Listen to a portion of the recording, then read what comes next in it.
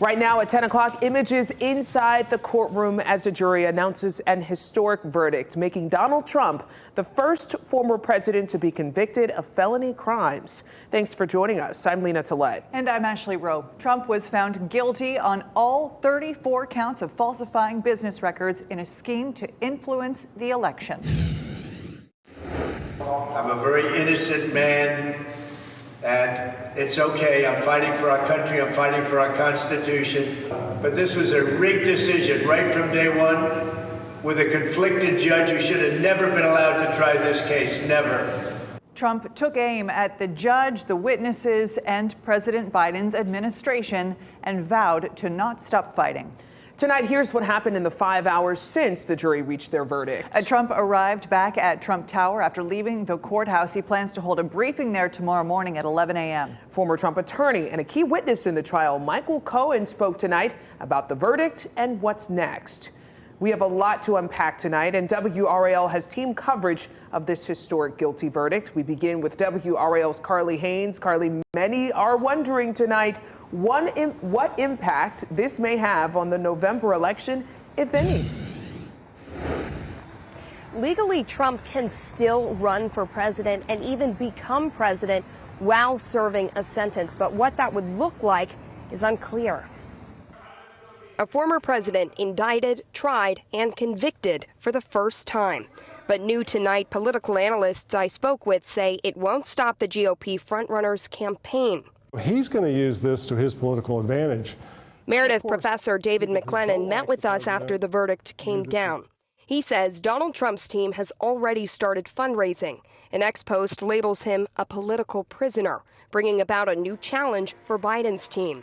If they go too hard, make this a central issue of the campaign, it almost feeds into Trump's messaging. But they can't avoid it. While found guilty on all counts, Trump isn't done. He'll be sentenced mid-July. I also spoke with Judge Bob Orr tonight. He tells me it's unlikely Trump will spend time behind bars. About 10% of the people who are charged with these kind of crimes actually end up doing some sort of jail time. Still, Orr considers this the weakest of the 4 trials Trump is up against. They've got to be really concerned about the other cases in federal court and in Georgia. What once was a question of how would a conviction affect the November election now becomes how will it? And Trump's team will be taking this appeal as far as it can go, so this is far from over. WRAL's Aaron Thomas was talking to voters around the Triangle today. Aaron, this is obviously garnering a mix of public opinion. Most certainly, Carly. In fact, we scoped out a diverse group of voters here in the town of Holly Springs. When it comes to this guilty verdict, you have some people saying there's no way they could vote for former President Trump, and others are still supporting him.